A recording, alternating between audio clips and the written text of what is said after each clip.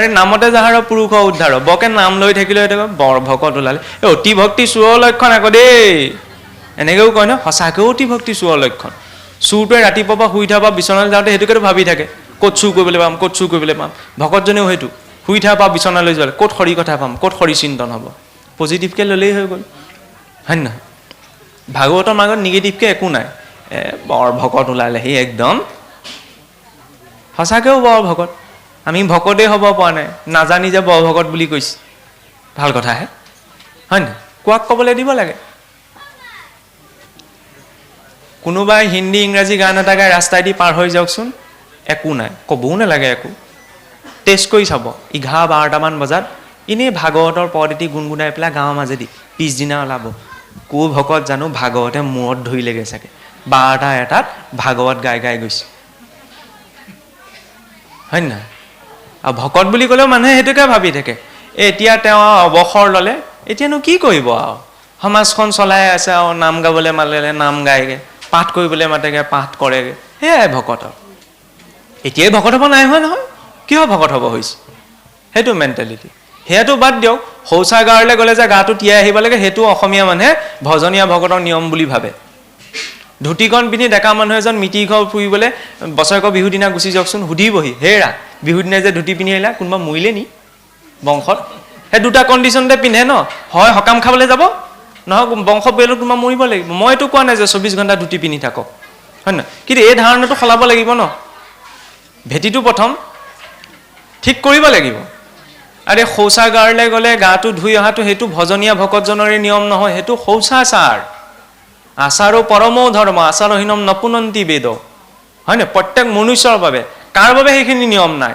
5 বছৰতকৈ কম বয়সৰ 90তকৈ ঊৰ্ধৰ আৰু ৰোগগ্ৰস্তজনৰ বাবে নহয়নে ৰাতিপুৱা শুই উঠাৰ পৰা বিচনাখনৰ পৰা বিচনালৈ যোৱালৈকে সম্পূৰ্ণ সদাচাৰৰ মাজত আছে তাৰ জৰিয়তে ইন্দ্ৰিয়বিলাক সংযমী হৈ থাকে হয়নে নহয় দুজনে ঢেৰ অদৰকাৰী বহুত কথা কৈ আছে মাজতে কৃষ্ণ বুলি কৈ দিয়কগৈচোন ওলোটাই আপোনাক টানকৈ মাতষাৰ দিব নোৱাৰে কিয় নোৱাৰে 10টা কথা বুজালে যিজন মানুহে নুবুজে শান্ত সৌম্যতাৰে গহীনকৈ যদি কৃষ্ণ বুলি কৈছে তেওঁ অন্তত কিবা দ্বিতীয় ভাবি চাব বোলে অকণমান ধৈৰ্য ধৰোচোন কৃষ্ণ নামটোত কিমান শক্তি আছে ন নামটো লাগে শুনিবলৈ যাওঁতে কেতিয়াবা অধম শ্ৰৱণ হৈ যায় নপঢ়িব লগা কথাখিনিও কাণত পৰে কৃষ্ণ কৃষ্ণ কৃষ্ণ বুলি ক'লেতো মানুহৰ নামো হ'ব পাৰে থাকে ন কৃষ্ণ ৰাম দুবাৰ উচ্চাৰণ কৰিলে সম্বোধন কৃষ্ণ কৃষ্ণ ভালে আছেনে ৰাম ৰাম ভালে আছেনে কওঁনে নকওঁ আমি 3বাৰ উচ্চাৰণ কৰকচোন সমবেদনা ৰাম ৰাম ৰাম বৰ বেয়া কথা হ'ল দেই কৃষ্ণ কৃষ্ণ কৃষ্ণ তেওঁৰ লগত হ'লে এনেকুৱা হ'ব নালাগিছিল বাৰে বাৰে উচ্চাৰণ কৰক এটা নামেই কীৰ্তন কীৰ্তন নিৰন্তৰ জীৱনটোত চলক নামৰ সাধনা সাধনাই আনিব সিদ্ধি সিদ্ধি প্ৰশস্ত কৰিব পথ মুক্তিৰ কেপাচিটি আছেনে বেলেগ এটা নামৰ নতুন গান এটা নতুন চিনেমা এখন নতুন চৰকাৰ অহাৰ পাছতো দ্বিতীয়খন কেতিয়াবা মানুহে ভাই ছেকেণ্ড ভাৰ্চনটো কেতিয়া ওলাব ভাগৱতত শুনিছেনে ছেকেণ্ড ভাৰ্চন এটা ওলোৱাহেঁতেন কিমাননো একেখিনিকে পঢ়িম শুনিম আৰু ঘোষা একেখিনিকে কিমান গাম আৰু নতুনকৈ কোনোবাই ঘোষা এভাগ উলিওৱাহেঁতেন কোনেওতো নকয় কিয় কোৱা সম্ভৱ নহয় কৃষ্ণপূৰ্ণ সেইকাৰণে কৃষ্ণৰ ৰূপ লীলা গুণ ধাম নাম সকলো পূৰ্ণ যিমানে ভাৱেৰে তেওঁ গ্ৰহণ কৰিব বুজিব নালাগে বৰকে বুজি থকাসকলে ভগৱানক নাপায় সৰলতাৰে ল'ব লাগে মানি ল'ব লাগে তেতিয়া আপোনা আপুনি ভাৱ আহি যায় ইন্দ্ৰিয়বিলাক সেইকাৰণেই দিয়া গ'ল কৰ্ণে শুনে কৃষ্ণ কথা মুখে বোলে ৰাম মনে পাদ পদ্ম স্মৰে মনটো আকৌ কিয় দিলে ঈশ্বৰক চিন্তা কৰিবলৈও নাই দিয়া ঈশ্বৰৰ চৰণ যুগল বৰকে ঈশ্বৰৰ চৰণৰ পৰা ওপৰলৈ গ'লে মানে ভ্ৰম উপজে সঁচাকৈও ভ্ৰম উপজে আপুনি ভাবি চাওকচোন ভগৱন্তৰ সেইকাৰণে প্ৰত্যক্ষ শ্ৰীমুখ দৰ্শনৰ প্ৰথম ব্যৱস্থা নাই প্ৰথম চৰণ যুগল দৰ্শন হয় নহয় কাৰণ আশ্ৰয় তাতহে আছে ওপৰলৈ চালে বৰকে মোহো উপজিব পাৰে ধুনীয়া ঘৰটো দেখিলে চকুটো যায় না ঘৰটো ধুনীয়া লাগিছে দেই কোনোবাই দামী কাপোৰ এযোৰ পিন্ধি যাওকচোন ভাল বেয়া পিছত কাপোৰযোৰ ক'ৰ পৰা ল'লে বাৰু যিটো মানুহে কাপোৰযোৰৰ দামটো প্ৰথমতে সুধিছে আমাৰ আইসকলেও 16 প্ৰকাৰৰ শৃংগাৰহে কৰে কৃষ্ণ কি 32 অলংকাৰ সেইজনে সেই সোপা পিন্ধি যদি সন্মুখলৈ আহিবলৈ হয় গতিটো কি হ'ব বাৰু বোলে নহয় নহয় জ্ঞানৰ দৃষ্টি লাগিব জ্ঞানৰ দৃষ্টি দিও লাভ নাই অৰ্জুনক দিছিল ন কি ক'লে সম্বৰণ কৰা প্ৰভু মই চাই থাকিব নোৱাৰোঁ কেপাচিটি নাই দৰ্শন কৰাৰ আৰু কৃষ্ণৰ এইটোত বহুত ডাঙৰ কৃপা এই যে বিৰহ বিৰহত ভক্তি বাঢ়ে। ইমান বোলে কৃষ্ণ কৃষ্ণ গৈছে, ঈশ্বৰক দেখিছা, দেখা বস্তু নহয় ন। ৰসা আপচু কোনতে, মিঠা সোৱাদটো কোনেও দেখুৱাই দিব নোৱাৰে, হয়নে নহয়? হৰি কথা কথনত, হৰি কথা চিন্তনত, শৰীৰৰ চৰিত্ৰ শ্ৰৱণত, যতে ক আনন্দ আছে, ভজিলে জানিবা পাছে, কিবা আৰু কহিব মহত্ব, নহয় জানো? কৃষ্ণ যে প্ৰত্যক্ষ ৰূপত নাহে, কাৰণ ঘৰতে মানুহজন সদায় আছে, ল'ৰাটো ছোৱালীজনী সদায় ঘৰত, সেইটো মৰম বেলেগ হয়। ৩-৪ বছৰৰ কাৰণে ঘৰৰ পৰা আঁতৰি থাককচোন, কৰ্মসূত্ৰে হওক, পঢ়া শুনাৰ ক্ষেত্ৰত থাকিবলগীয়া হয় ন, 3-4 বছৰৰ মূৰত ঘৰলৈ আহক। ঘৰত যিজনে সদায় বকিছিল সেইজনো বাট চাই থাকে, বোলে আজি 3 বছৰৰ মূৰত আহিছে পাই ঘৰলৈ। এই বিৰহে কি কৰিলে? নথকা স্নেহকণো বৃদ্ধি কৰিলে। ঈশ্বৰে ভক্তিত সেইকাৰণে প্ৰথম কি কৰে? কৃষ্ণ ভক্তিৰ প্ৰথম লক্ষণ বিৰহ। উদ্ধৱক তাকেই দিছিল, লগতে আছিল, একো অনুভৱ নাই, এৰি থৈ গুচি গ'ল। সাধন ভক্তি। এতিয়া সাধন অৱলম্বন কৰি আহা, ঈশ্বৰক নাই পোৱা, যিটো তাৰণা। ভক্তি কৰিলে ভগৱান প্ৰাপ্তি নহয়, বহুত ডাঙৰ কথা এইটো। ভক্তিৰ তীব্ৰতাইহে ভগৱত প্ৰাপ্তি কৰে। ভক্তিটো সকলোৱে কৰিছে, হয়নে নহয়? তীব্ৰতাটো কিমান, হেঁপাহটো কিমান তেওঁক পাবলৈ, সেইটোহে সিদ্ধি কৰাই গৈ। তীব্ৰতাটো যদি কম হয়, তেতিয়াহ'লে নুমে জ্বলে এইটো অৱস্থাতে থাকে। তাৰ বাবে কি কৰিলে? মনটোৱে ঈশ্বৰ চৰণ যুগল চিন্তন। কৃষ্ণৰ প্ৰতিমা দেখে চক্ষুৱে ভক্তক, চকু দুটা কিয়? কৃষ্ণৰ প্ৰতিমা, কৃষ্ণৰ 8 প্ৰকাৰৰ মূৰ্তি আছে। শৈলিং দাৰু মহিং লৌহিং লেখা লেপ্যাছ চৈকটিং মনোময় মণিময়ং প্ৰতিমাস্থ বিধাস্মিত। স্মৃতি অনুসৰি ভগৱন্তৰ মূৰ্তি বা প্ৰতিমা শিলৰ হ'ব পাৰে, ধাতুৰ হ'ব পাৰে, দাৰু কাঠৰ হ'ব পাৰে, লিখিত হ'ব পাৰে, লিপিত হ'ব পাৰে, মনোময় হ'ব পাৰে, মণিময় হ'ব পাৰে। গতিকে যাৰ য'ত অভিৰুচি, দৰ্শন মাত্ৰকে সেই ঈশ্বৰৰ প্ৰতীক, তেওঁ যেতিয়া সকলোতে আছে নিশ্চয় তাতো আছে সেৱা। ভক্তসকলকো দৰ্শন। এইটো নহয় কেতিয়াবা তেনেকুৱা কলি যুগত তেনেকুৱা ভকত আছে জানো? কিছুসকলে আকৌ এনেকৈ লাগি থাকে কলি যুগত এনেকুৱা ভকত বিচাৰিবলৈ। আৰে মই সত্য যুগৰ ভকত বিচাৰিবলৈ হ'লে মোৰ নিজৰ কামবিলাকো সত্য যুগৰ নিচিনা হ'ব লাগিব, হয় নহয়? তেতিয়াহে ষ্টেণ্ডাৰ্ডটো মিলিব। মই নিজৰটো বিচাৰ নকৰোঁ, কিন্তু আপোনাক বিচাৰ কৰি থাকিম, আপুনি তেনেকুৱা ভকত নহয় ন, কি দৰকাৰ? ভকত আৰু, হয় নহয়? তাৰ মাজতো লাগি যায় উত্তম মধ্যম অধম, সেইটো সংজ্ঞাটো বুজাবলৈহে। আমি ভকতৰ মাজৰ উত্তম মধ্যম উত্তম বিচাৰ কৰিব ফুৰিব নালাগে। ভকত আৰু উত্তম মধ্যম আৰু অধম, এই তিনিওটা নিজৰ ক্ষেত্ৰত মই বিচাৰ কৰিব লাগে। মই অধম নে উত্তম নে মধ্যমতে আছোঁ, আনৰ ক্ষেত্ৰত নহয়। নিজৰ ক্ষেত্ৰত কঠোৰতা, আনৰ ক্ষেত্ৰত শালীনতা, এইটো লাগে ভক্তিত। ইয়াৰ পাছত চাওক, নিৰ্মাল্য তুলসী ঘ্ৰাণ লৱে নাসিকায়। নাকটো কিয় দিলে? বোলে ভগৱন্তৰ পদ অৰ্পিত তুলসীৰ গন্ধ ল'বলৈ। এতিয়া অথনি যেতিয়া পূৰ্বৰ ব্যাখ্যাকাৰজনে কৰি আছিল, এটা কথা মোৰ গাত লাগিলে মানে কি, মনত থাকি গ'ল। অসমত কিছুমান কথা ক'বলৈ অকণমান বিপদ, সঁচাকৈও বিপদ। কাৰণ এতিয়া এই তুলসীৰ কথা আহোঁতে, তুলসী মনা নমনালৈও ধেৰ কথা আছে নহয়। কিছুৱে কয় আমি তুলসী মানুহ, কিছুৱে নামানো। মনা নমনা গছজোপা আছে, মনা নমনালৈ কিটো থাকিলে? ভগৱন্তক ভাল পাবলৈ হ'লে ভগৱন্তৰ ভাল পোৱা বিষয়খিনিওতো ভাল পাব লাগিব, হয়নে নহয়? কৃষ্ণ 2য় স্কন্ধত অলপ আগত পাঠ হৈ থাকোঁতেতো ওলাইছিল এইটো উপদেশ যে কৃষ্ণ পদ তুলসীৰ নলৈলে ক ঘ্ৰাণ, নিশ্চাকো কাহন্ত যেন ভাতিৰ সমান। আমাৰ অসমত এনেকুৱা প্ৰথাও প্ৰচলন আছে, বোলে কাতি বিহুৰ দিনা আপুনি তুলসীৰ তলত চাকি দিব নোৱাৰে, তেতিয়া এখন ভস্ত হ'ব। এইটো কি কথা হ'ল? এখন কোনোবাই কাকো দি নিদিয়ে, সেইটো এটা স্থিতিহে। আমি যি শৰণ লওঁ সেয়া শৰণ নহয়। প্ৰথম এজন ইষ্টদেৱৰ পৰিচয় যে কৃষ্ণ বা ভগৱান বিষ্ণু, হয়নে? কৃষ্ণ বিষ্ণুটো অভেদ।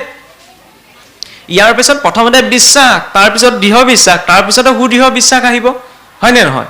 শৰণ লওঁতেই যদি চবেই হৈ গ'লহেঁতেন, তেতিয়া ভজন ভক্তি পৰমাৰ্থ এই 5 পৰ্যায়বিলাক নাৰাখিলেইহেঁতেন।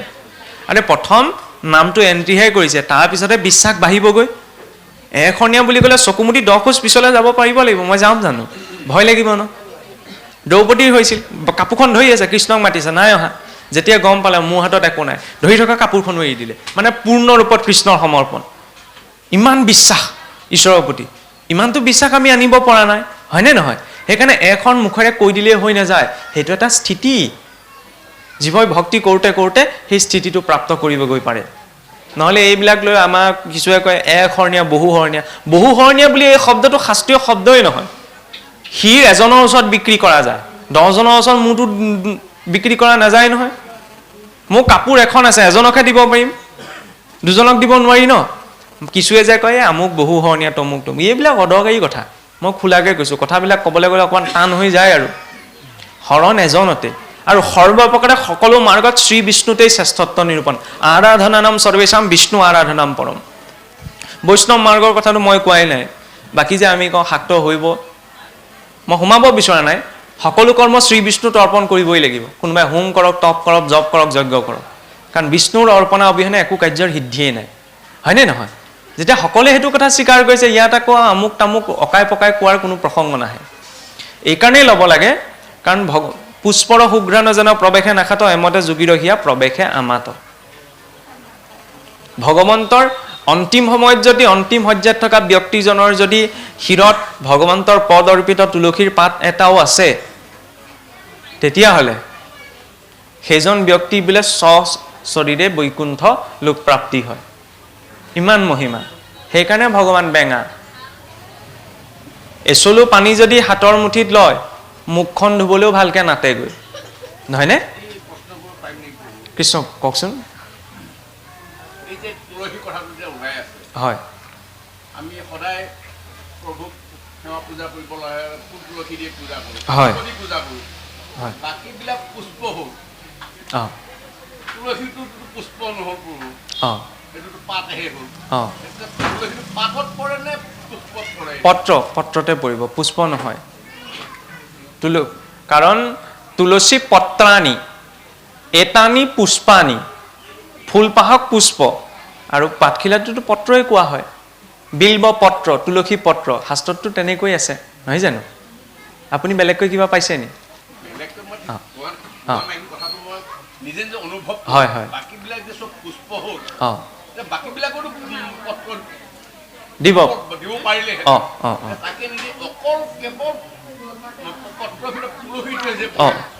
সেই কথাটো বা এনেকুৱাতো পুৰাণত, পদ্মপুৰাণতো কাহিনী আহে যে ভগৱন্তই তুলসীৰ অভিশাপ কাৰণেই অভিশাপ লৈ শালেগ্ৰাম শিলাৰ ৰূপ লৈছিল, আৰু তেতিয়াই ভগৱন্তই বৰ দিছিল। কাহিনীটো দীঘলীয়া, মই মাত্ৰ সেই প্ৰসংগটো চুইছোঁ, নিশ্চয় আপোনালোকেও শুনিবলৈ পাইছে যে ভগৱন্তই ভক্তৰ বেদনা সহন কৰি নিজে শিলাৰ ৰূপ ল'লে, আৰু তুলসীও বৃক্ষৰ ৰূপ ল'লে। গতিকে এইটো মহিমা প্ৰকাশ কৰা হ'ল যে ভগৱন্তৰ যেতিয়াই অৰ্চনা কৰা হ'ব, তুলসী পত্ৰ এটি যেতিয়া তাত সংলগ্ন হ'ব, তাৰ সহস্ৰ কোটি জনমৰ পুণ্য হ'ব। আৰু যদি ভগৱন্তৰ পৰা তুলসী পত্ৰক আঁতৰাই ৰখা হয়, তেতিয়া বোলে ভক্তজনৰ দূষণীয় এটা পাপ হ'ব। কাৰণ ভগৱন্তৰ চৰণত বা শালেগ্ৰাম শিলাৰ স্পৰ্শত তুলসী পত্ৰ দিয়াৰ মহিমা এই কাৰণেই, কাৰণ তুলসী বৃক্ষৰূপত এজন ভক্তই আছে। বৃক্ষৰূপত উৎপত্তি হৈছিল তুলসী, নহয় জানো? ভগৱন্তৰ অভিশাপ ক্ৰমে। গতিকে তুলসীক দিয়া এইটো বৰ যে তোমাৰ কেৱল তুলসীৰ পত্ৰ এইটো ব্যৱহাৰ নহয়, ফুলজোপাৰ কেৱল ফুলপাহ, কিন্তু তুলসীৰ কাষ্ঠৰ পৰা আৰম্ভ কৰি তুলসীৰ ফুলপাহলৈকে, পত্ৰলৈকে সকলো ভগৱন্তৰ অৰ্চনাত ব্যৱহাৰ হয়। কিন্তু প্ৰত্যক্ষ ৰূপত পত্ৰ, তুলসীৰ পত্ৰ প্ৰত্যক্ষ স্পৰ্শ মানে আমি চয়ন কৰিব পাৰোঁ কাৰণে তাক অৰ্পণ কৰা হয়। কিন্তু এইটো নহয় যে তুলসী গছজোপাৰ কেৱল পাতহে দিয়া যায়, তুলসী কাষ্ঠৰটো মালা দিয়া যায়, হয়নে নহয়? তুলসীৰ ফুলো দিয়া যায়, তুলসীৰ দলো দিয়া যায়, আনকি তুলসীৰ শিপাই ভগৱন্তক চন্দন পিহুও দিয়া যায়, নহয়নে? তুলসী বৃক্ষৰ আদ্যপান্ত পৰ্যন্ত সকলো ঈশ্বৰৰ অৰ্চনাত ব্যৱহৃত হয়, কিন্তু প্ৰত্যক্ষ ৰূপত পোৱাৰ কাৰণে তুলসীৰ পত্ৰ ব্যৱহৃত হয়। সেইটো কথা। কৃষ্ণপদ তুলসীৰ নলৈলে ক্ষমা কৰিব, নিৰ্মাল্য তুলসী ঘান লৱে নাখিকাই, বিষ্ণুৰ নৈবদ্য মাত্ৰ আচাদে জীৱাই। ভগৱান জীৱনত যি প্ৰাপ্ত হৈছে সেই নৈবদ্য প্ৰথম এইটো নহয়। বহুতে এইটো ভাবি থাকে যে মই মাছ মাংস অমুক তমুক নাখাওঁ, ঠিকেই আছে, মই নিৰামিষ ভোজন কৰোঁ, কিন্তু নিৰামিষ ভোজনতো পাপ থাকে, কাৰণ তাতোতো জীৱ হত্যা হৈছে, নহয় জানো? নিবৃত্তি ক'ত হয়? যেতিয়া তাক ঈশ্বৰক অৰ্পণা কৰা হয়। আজি প্ৰসাদৰ নামত আমি বুট মগু খাওঁ, তাতোতো জীৱ আছে। সেই দুখৰ পৰা নিবৃত্তি কেতিয়া হয়? যেতিয়া ঈশ্বৰত অৰ্পণা হয়। তেতিয়াহ'লে বোলে বুট মগুকেইটা ঈশ্বৰত অৰ্পণা কৰিব পাৰি, এইকেইটা কিব নোৱাৰি, মাছ মাংস কিয় নোৱাৰি? কাৰণ তাত জীৱ সংস্কাৰপ্ৰাপ্ত। বুট মগুটোত থকা জীৱ সংস্কাৰপ্ৰাপ্ত নহয়, সিহঁতৰ নাৰ্ভাছ ছিষ্টেম নাই, সিহঁতে প্ৰত্যক্ষ অনুভৱ কৰিব নোৱাৰে। জীৱস্য ভোজনম, মোৰ ভোক লাগিলে বুলি মই আপোনাক খাব নোৱাৰোঁ নহয়, এটা মৰ্যাদা আছে। এই দুঠেঙীয়া চাৰিঠেঙীয়াখিনিত জীৱ চেতনাপ্ৰাপ্ত, সেইকাৰণে তাত আমাৰ অধিকাৰ নাই, হয়নে? নিৰামিষ ভোজন কৰি হিটলাৰো নিৰামিষ ভোজি আছিল, বিশ্বযুদ্ধৰ সময়ত কিমান ভয়ংকৰ পৰিস্থিতি সৃষ্টি কৰিলে। গতিকে নিৰামিষ খালে যে এইটো হ'ব নহয়, প্ৰথম ঈশ্বৰক অৰ্পণা, ঈশ্বৰক অৰ্পণা কৰাৰ পাছত শুদ্ধ ৰূপত গ্ৰহণ কৰা, নহয়নে? পদে বিষ্ণু বৈষ্ণৱ ক্ষেত্ৰক চলি যায়, ভৰি দুটাই বিষ্ণু বৈষ্ণৱৰ ক্ষেত্ৰলৈ গৈ আমি যাওঁ, গৈ থৈ হুলস্থুল কৰি থৈ আহোঁ। কোনোবা আপুনি উত্তৰ ভাৰত দক্ষিণ ভাৰতৰ মন্দিৰলৈ চাবচোন, ক'তো আপোনাৰ প্ৰসাদ পৰি নাথাকে। আমাৰ বিশেষকৈ ভাদ মাহত দেখিবলৈ বেয়া লাগে, আপোনালোকে কেনেকৈ পাইছে নাজানো, বৰদোৱা বৰপেটাটো গাঁৱৰ নামঘৰতো ভগৱানৰ স্থান বুলি কওঁ, প্ৰসাদ সিঁচৰিত হৈ থাকে, হয়নে? যাক আমি বৈকুণ্ঠৰ প্ৰসাদ বুলি কওঁ, সিঁচৰিত কোনে কৰিছে? অসুৰে কৰিছে নে ভকতে কৰিছে? হয় নহয়? এইটো বহুত ডাঙৰ কথা। সেইকাৰণে প্ৰসাদৰ পৰিমাণ কমকৈ, ইমানখিনিকে দিলে প্ৰসাদ হৈ নাথাকে নহয়। ঘৰলৈ গৈ দাইল বনিব, ভাজি বনিব, ক'ব নাপায় আমাৰটোতো সিজাই শুকুৱাই পেলাই দাইলো বনোৱা যায়। ঈশ্বৰত এবাৰহে অৰ্পণ, যি ৰূপত অৰ্পণা হৈছে সেই ৰূপতে গ্ৰহণ কৰিব পাৰিলে ভাল, নহয় জানো? সৎসংগলৈ গৈ আমি যি ৰূপত অকণমান হৰি কথা শুনা, এই বোলে প্ৰসাদেই নাপালোঁ, ঘৰমূলি ভাগেই নাপালোঁ, মিঠৈয়ে নাপালোঁ, কলেই নাপালোঁ, এইটো নহয়। ভকতে এইটো নকয় নহয়, হয়নে নহয়? বোলে ভালকৈ চাকি গছেই জ্বলাবলৈ নাপালোঁ, চাকি জ্বলোৱাৰ ক্ষেত্ৰতো আকৌ ডাঙৰ কথা এটা। গা ধোৱা বাথৰুমটো ইমান লেতেৰাকৈ নথয়, কিছুৱে গোঁসাই ঘৰ ইমান লেতেৰাকৈ থয়, কিন্তু গা ধোৱা বাথৰুমটো লেতেৰাকৈ নথওঁ আমি, থওঁ জানো? ঈশ্বৰৰ গোঁসাইখন তেনেকৈ ঈশ্বৰৰ থকাত দূৰে গ'লে অসুৰটো নবহেগৈ চাগে, এলান ধৰে ভৰ্তিপূৰ্ণ হৈ থাকে। মানুহে অৱশ্যে কয় আমি ইমান নীতি নিয়ম নাজানো, ভয় লাগে, সেইকাৰণে তেনেকেই আছে। ভয় কৰিব নালাগে, ঈশ্বৰ ইমান ক্ৰূৰ নহয় নহয়, হয়নে নহয়? যদি গোঁসাই ঠাইডোখৰ অকণমান কিবা এটা অপৰিষ্কাৰ লাগিলে মাটিৰে হওক, যে প্ৰভু অকণমান অপৰিষ্কাৰ হৈ আছে কাৰণে মই চাফ চিকুণ কৰিছোঁ, তুমি যেন দুখ দাই নধৰা, পুনশ্চ আকৌ সেৱা কৰা নহয়, প্ৰভু থওঁতে উঠোঁতে মেলোতে অনেকখিনি দুখ অপৰাধ হ'ব পাৰে, তুমি যেন ক্ষমা। ঈশ্বৰ ক্ষমা কৰিব নহয়, হয়নে নহয়? এই ভাৱটো লাগে, সেয়া প্ৰতীকেই নহয়, তাত ঈশ্বৰ আছে এইটো মই ভাবিব পাৰিব লাগিব, তেতিয়া মই আস্তিক, তেতিয়া মই ভক্ত, হয়নে? মাটিৰে হ'লেও মাটিৰে লিপি, আগতেতো লিপে ন, পৰিষ্কাৰ কৰি থোৱা, এইটো ভাৱ, ইয়াৰ জৰিয়তে মনটো শুদ্ধ হয়। বোলে ভকতৰ ইমান ঠেলা হেঁচা, আমাৰতো ঠেলা হেঁচা কৰি মুঠতে মই সেৱা ভাগ কৰিব পাৰিলেই হয় আৰু, হয় নহয়? এনেকুৱা হৈ যায় নহয়, এইটো হ'ব নালাগে। যদি মোৰ সন্মুখত ৩-৪জন ভকত আছে, মই তাৰ কাৰণে তেওঁলোকৰ কাৰণে চাকি গছ জ্বলাব পাৰে নাই, ধূপ গছ জ্বলাব পাৰে, ঠিক আছে, মই কাষতে থৈ আহিম। তেওঁ জানে নহয় ইয়াৰ পৰাই সেৱা ভাগ কৰিছোঁ যে প্ৰভু এই সকলো ব্যস্ত মানে জেগাডোখৰ ইমান ভিৰ হৈ আছে, তুমিতো জানাই মই ইয়াৰ পৰাই সেৱা ভাগ কৰিছোঁ। কিন্তু মোৰ বেদনাটো কি, মই যেনে তেনে ঠেলা হেঁচা কৰি হ'লেও মোৰ কামটো মই কৰি থৈ আহিব লাগিব। আৰে মোৰ কামটো কৰিবলৈ যাতে মই ৩-৪জন ভকতক ঠেলিলোঁ নে? ঈশ্বৰৰ সন্মুখত গৈ যদি মই ভকতক ঠেলোঁ কেনেকৈ হ'ব? সেইকাৰণে হৰি ক্ষেত্ৰলৈ যাওঁতেও এইখিনি অকণমান সৰু সূক্ষ্ম সূক্ষ্ম কথা কিছুমান দৃষ্টি পৰিলে ভাল হয়, হয়নে? এইদৰে যেতিয়া সকলো ইন্দ্ৰিয় ঈশ্বৰমুখী হৈ থাকে তেতিয়া আত্মনিবেদন সম্পন্ন হয়। তেতিয়া ইন্দ্ৰিয়বিলাকক বেলেগকৈ লেকাম লগাব নালাগে, নহ'লেতো ইন্দ্ৰিয় এনেও চঞ্চল, কামৰ পৰা আহি পেলাই ভাগৰ লাগে, গোঁসাই ঘৰলৈ যাবলৈ ইমান এটা আৰু নালাগে, গধূলা সময়ত যেতিয়া কামৰ পৰা আহি পেলাই সোমাইহি, হয়নে নহয়? মানুহৰ শৰীৰহে তেনেকুৱাতে তিনিআলি মূৰত হুলস্থুল এটা লাগকচোন, ভাতৰ কাঁহীখনৰ পৰা উঠি গৈ তাত পাবগৈ, কি হ'লনো? সেইখিনি সময়ত এনাৰ্জি ড্ৰিংকছ নোখোৱাকৈ এনাৰ্জি আহি যায় আকৌ, মানে ইন্দ্ৰিয়বিলাকে বেয়ালৈ বেছি টানি থাকে, হয়নে নহয়?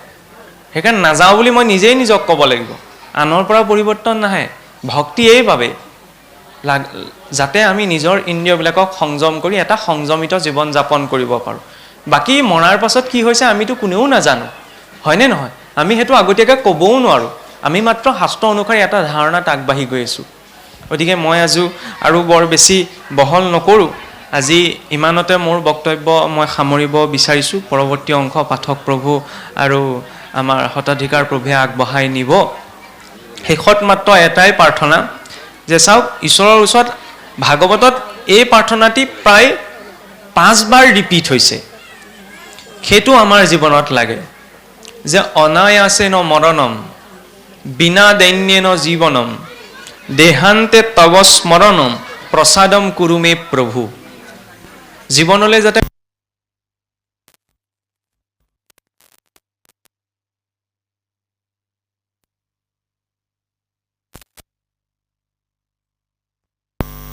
দৈন্যেন জীৱনম, মানুহে কয় ন কাৰো ওচৰত হাত পাতিবলগীয়া নোহোৱাকৈ, ইয়াতো তাকেই কৈছে, দৈন্যতাত যাতে প্ৰভু জীৱনটো পাৰ নহয়। এই দুইটা কণ্ডিশ্যন ফুলফিল হৈ গ'ল। অন্তিম সময়ত যদি ঈশ্বৰক পাহৰি থাকোঁ তেতিয়া সকলো শেষ। সেইকাৰণে কি ক'লে, দেহান্তে তব স্মৰণম, ইমানখিনি বিধি ব্যৱস্থা অন্তিম সময়ত ঈশ্বৰ চিন্তনৰ বাবেই কৰা গৈছে, যে দেহৰ অন্তিম সময়ত যাতে প্ৰভু মই তোমাক চিন্তা কৰি শৰীৰটো এৰিব পাৰোঁ। প্ৰসাদম কুৰুমে প্ৰভু, এইকণ প্ৰসাদ যাতে তুমি মোক প্ৰদান কৰা। গতিকে এই প্ৰাৰ্থনা সকলোকে ব্যক্তও কৰা হৈছে, সেইফালে বহি থকাজনক জনোৱাও হৈছে আৰু ইয়াতে আপোনা হ'বক সেই ভাৱনাৰে প্ৰাৰ্থনা কৰাও হৈছে। এই তিনিওটা স্তৰত আজি মোৰ বক্তব্য মই ইমানতে সামৰণি মাৰিছোঁ। পৰৱৰ্তী অংশ পাঠক প্ৰভু আৰু আমাৰ সত্ৰাধিকাৰ প্ৰভুৱে আগবঢ়াই নিব। কৈ যোৱা কথাখিনিত যদি কিবা ভুল ত্ৰুটি ৰৈছে তাৰ বাবে আপোনাক সবে যেন আমাক ক্ষমা কৰে, সেই ভাৱনা ৰাখিয়ে পুনশ্চ পাঠ আৰু ব্যাখ্যাৰ আসনৰ প্ৰতি সেৱা জনোৱা হৈছে। কৃষ্ণ।